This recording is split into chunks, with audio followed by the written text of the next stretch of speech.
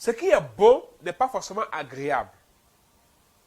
Et je disais, par exemple, avoir un visa et voyager, c'est une très bonne chose, n'est-ce pas? C'est une bonne opportunité. Mais il y a des personnes qui ont eu des visas et leur destinée a été compromise.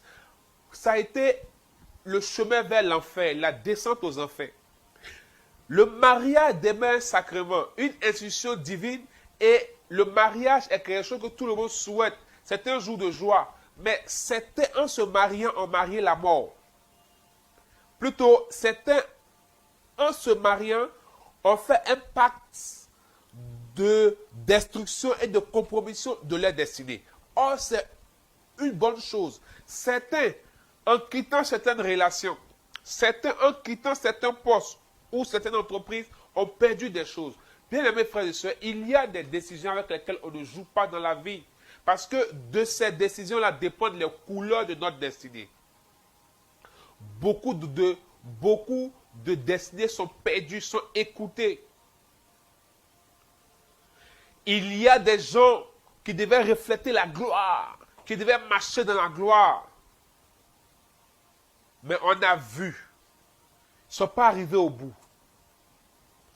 Bien-aimés frères et sœurs, je ne veux pas que ça t'arrive au nom de Jésus. Alors, après avoir vu l'importance des saisons, comment reconnaître les saisons? Nous verrons, avec la grâce de Dieu, peut-être 2 points aujourd'hui.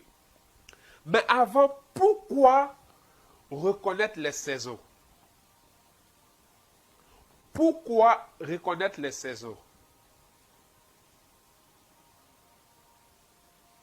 Parce que dans la vie de tout homme, il y a la préparation et il y a la manifestation. Dans la vie, dans la destinée d'une personne, il y a l'étape de la préparation et il y a l'étape de la manifestation. Jésus était là pendant 30 ans, on n'a jamais vu Jésus se manifester. C'est à partir de sa 30e année qu'il a commencé à se manifester. Et il y a eu une période, pendant 30 ans, il s'est préparé. Bien-aimé, il y a le temps pour apparaître. Et il y a le temps pour se préparer. Lorsque tu confonds ces 2 moments dans ta vie et dans ta destinée, le plus souvent tu es prématuré, tu es précoce. Et c'est le problème de beaucoup. Par exemple, prends la décision de rentrer dans l'œuvre de Dieu, de faire le ministère à fond. Ce n'est pas parce que je sens ou je vois. Prendre le temps d'arrêter ou de se retirer, ce n'est pas aussi en fonction des événements et des situations. Il faut savoir les saisons. Il faut entendre Dieu te parler. Il faut sentir Dieu t'y amener. Par exemple, tu peux même commencer à faire quelque chose et puis il peut y avoir un temps où tu dois faire le retrait. Bien aimé, si tu ne sais pas ces différents moments de ta vie, tu vas manquer beaucoup de choses. Et par moments, tu pourras produire du fruit, mais tu ne pourras pas produire comme tu dois produire. Ça n'aura pas l'impact que tu dois avoir parce que tu as manqué les temps et les saisons. Les saisons et les temps de nos vies, on le sent, mais on ne connaît pas la période exacte. Ça dépend de Dieu. Et comme tu peux sentir que ça arrive, mais comme tu ne connais pas la période exacte, c'est pourquoi il faut toujours demeurer fidèle. Et il faut toujours continuer à faire ce que tu avais commencé à faire. Vous voyez, aujourd'hui, on a un grand problème. Je vais aborder juste un peu. C'est que les gens ne savent pas attendre. Ils sont pressés. Et comme ils ne savent pas attendre, ils n'ont pas de conviction. Beaucoup se lancent dans beaucoup de choses sans conviction. Donc, à la moindre épreuve, ils s'arrêtent parce qu'ils ne sont pas convaincus. Pourquoi ils ne sont pas convaincus? Ils n'ont pas su attendre pour avoir les orientations. Vous voyez, c'est l'information qui amène la conviction. C'est quelque chose que je suis en train de faire. et j'ai entendu Dieu me dire que c'est la saison, c'est le moment. J'ai la confirmation, quand je le fais, je ne suis pas déterminé par le résultat, mais je suis déterminé par la voix de Dieu, par la direction de Dieu. Je ne sais pas si on se comprend. C'est pourquoi je dis aux gens de faire attention au coaching, surtout sur les questions de confiance en soi. Avant de parler de confiance en soi, il faut être sûr d'avoir confiance en ton Créateur. Parce que ce n'est pas parce que quelque chose marche que ça voudrait dire que tu es sur le bon chemin. Il faut dire Amen. Ce n'est pas parce que ça marche que ça voudrait dire que tu es sur le bon chemin. Ce n'est pas parce que ça ne marche pas que Dieu n'est pas dedans. Vous voyez que par moments, des gens ont induit des gens en erreur en leur donnant certains signes de discernement. Dieu peut être dedans, puis ça peut ne pas marcher d'abord. Alléluia. Je vous donne un exemple. Quand tu es dans un car ou tu es dans l'avion, tu es assis au premier siège dans le car et il arrive que à cause d'un remue, peut-être un changement, certaines choses, tu te retrouves en arrière. Est-ce que ça dit que tu es en retard? Est-ce que parce que tu étais à la première place du car et que tu es en train d'aller au fond du car, est-ce que ça dit que le car s'est arrêté?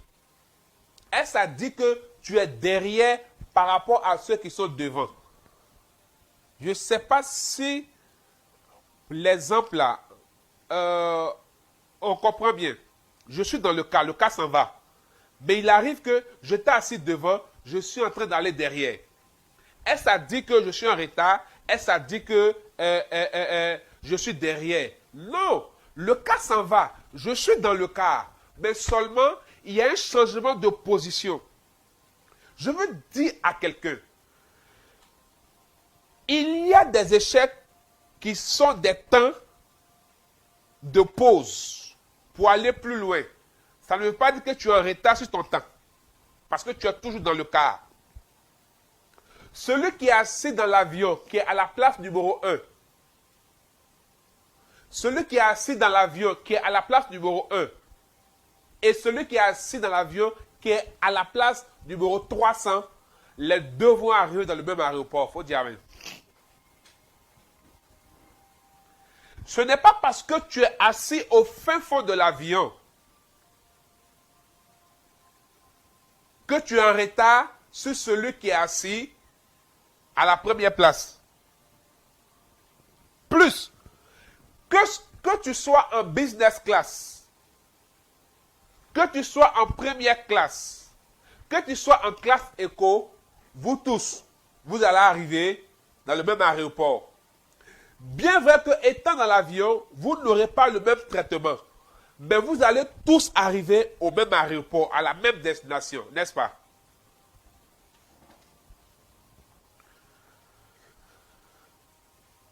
Voici l'erreur que les gens font. Et c'est pourquoi beaucoup perdent des saisons de leur vie. Beaucoup perdent de vue. Il y a un truc qui me fatigue souvent. Je suis très d'accord avec, mais je ne suis pas aussi très d'accord avec. Comment? C'est sûr, par exemple, la confiance en soi. On dit que, effectivement, de petits succès, de petits résultats nous donnent une bonne estime de soi et ça nous encourage à continuer. Parce qu'avec les petites réussites qu'on a, on voit qu'on peut continuer. Je suis d'accord, parce que ça t'encourage. Si tu fais quelque chose que tu ne vois pas que ça avance, tu risques de laisser. Je suis d'accord. Mais bien aimés frères et sœurs, je fais quelque chose, je ne vois aucun résultat. Ça me décourage. Mais Dieu me dit, continue. Je fais quoi? Je prends la force où? Donc parce que Dieu m'a dit vas-y. Mais quand je fais, je ne vois aucun résultat. Dieu me dit c'est la saison, sème. Mais quand je sème, je ne vois rien. Est-ce que ça dit que je dois me décourager? Si ça arrive, c'est qu'en fait, tu as confiance en toi, mais tu n'as pas confiance en Dieu. Tu n'es pas encore né de nouveau. Parce que celui qui est né de nouveau, il ne marche pas par la vue, il marche par la foi.